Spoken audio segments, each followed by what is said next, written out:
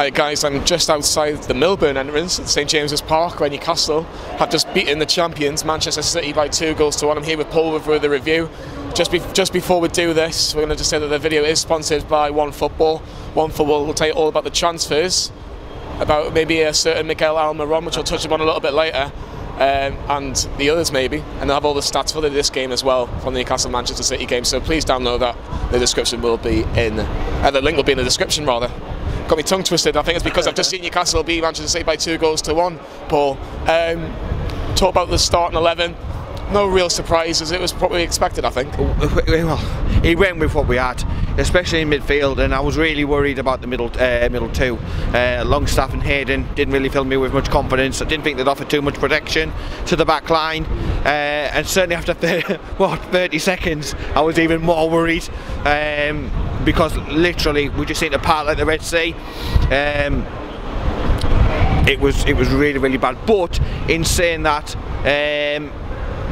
you know, with 5 across the back, I thought it worked. I thought it worked. I don't think Manchester City had much pleasure with it. Especially after the first 30 seconds. I was surprised. I was surprised at Manchester City, to be honest, because I mentioned to Carl before the match about the I think it was the Lyon game in the Champions League that they had, where a very average team made them look very ordinary indeed.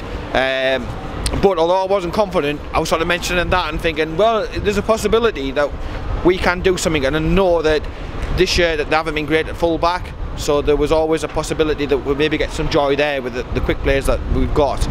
And obviously that turned out to be the case, and I think the players like Longstaff and stuff really grew into the game, and special praise for Perez. And barely he was brilliant as well today. He was absolutely brilliant. I think he wasn't. You know what it was? Even in the first half, after Man City have scored, he's the one that's trying to drive the team forward. You know, everyone's like, come on, let's see what we can do something about it. And Perez driving towards their fullbacks, as you've mentioned, like Danilo. I thought struggle for Manchester City today.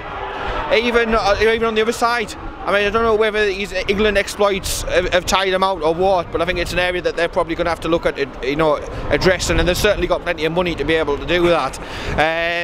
They had an embarrassment at Riches. Their bench was unbelievable and would walk and be star players in our first team.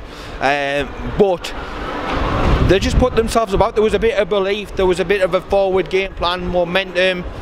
We looked menacing. Perez looked possessed. Rondon was fantastic. Talking about Rondon, the cross from Richie, headed back by Hayden. I thought he was going to give an offside because I don't know who scores it, but because I thought Atsu had scored it first, but a quality finish. Absolutely, and the thing is, our only fit out-and-out striker, who we don't even own currently a fit striker. He's on loan from a championship club, but he's an absolute big bastard to play against. He's all over the place. He is, and he's just him and Perez up top were just beasts all over, and they were just letting them know that you might be this, you might be that, you might be the other, you might be at the top, but we're going to give you a game, we're going to keep you honest and stuff. And they looked nervy and edgy a bit at the back. So I was really over the moon. And then there's a couple of minutes later, Manchester City are great when they've got the ball at their feet. They're great at passing it out at the back, and it's lovely. Driving like bitches as well, aren't they? They are. But when they've got the ball at the back, it's lovely just to watch them, see them play. And what I will say about that is that sometimes it can kick you. It can be terrible for them. They've been Longstaff nicks the ball off them from Fernandinho when they played outside the back, tripped up, penalty, and Matt Ritchie puts it away after about 10 minutes. I was saying to Carl during the game, it was like the referee had been an STD up to that point, hadn't he? He'd been a right annoying cunt all over the place.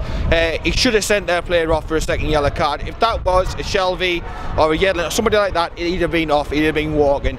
Absolutely annoying, the standards of the refereeing.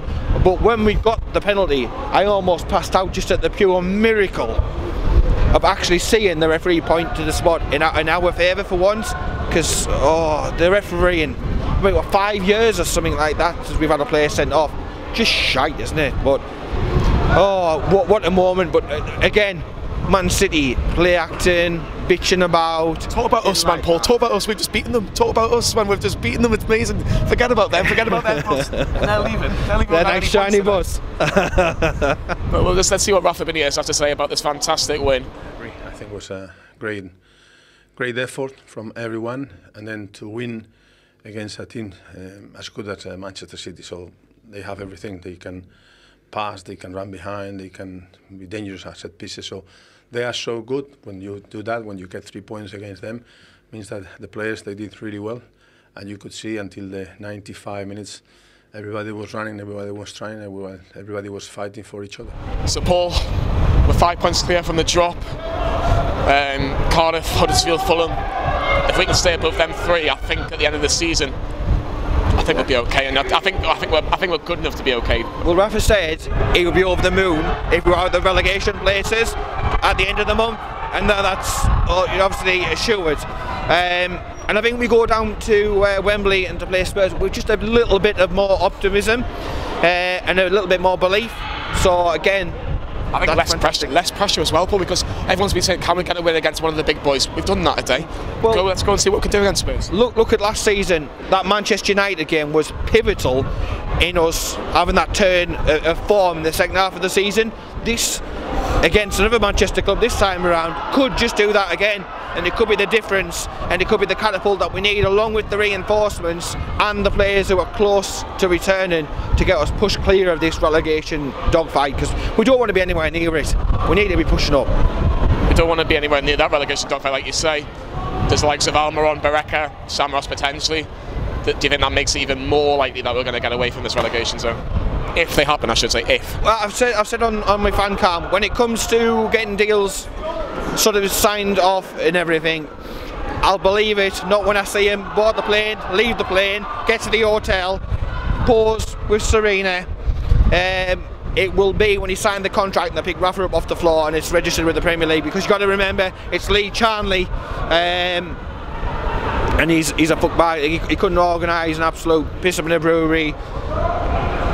He couldn't get it up if he was in the Playboy house, could he? Let's be honest. A bit personal, Paul. A bit personal, but let's be honest, he couldn't, could he? The only thing he can get it up is probably Ashley. But things are looking positive.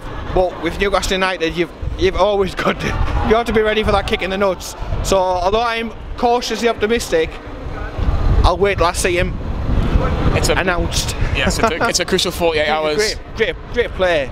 Great potential, wicked left foot, likes to tackle, can get forward, that playmaker. I don't want to big him up too much, but you know, it's positive, isn't it? It's positive. And finally, I'm going to take it back to this game today, because we've just beaten arguably I think probably the best ever Premier League side, in my opinion. You look at the 100 points from last season. Who do you give man of the match to, just out of curiosity today, Paul? It's got to be Perez. For us, it has to be Perez. Just his attitude, his application, some little touches he made, nutmegs he made, and he was making some of them Manchester City defenders look ordinary. And when you think of the money that they're on, and we're playing YTS lads in midfield, and we're going up against like Fernandinho, De Bruyne, Silva. Yeah, but there was none of that. We cannot and will not compete with these countries. There was none of that Mike Ashley bollocks. It was, we can compete, we will compete, we did compete, and we're sending them packing back down the country with nothing. So yeah, stick that. I think that sums it up perfectly, Paul. Get your comments in below. Newcastle have just beaten the champions Manchester City. Who was your man of the match? Was it Perez? Was it Longstaff? Was it Rondon? And was it Rafa? Lee's just said, was it Rafa? Rafa was instrumental. He was absolutely brilliant today. We'll touch on one of the player ratings a little bit later on. But like and subscribe to Newcastle Fans TV, and we'll see you in the next video.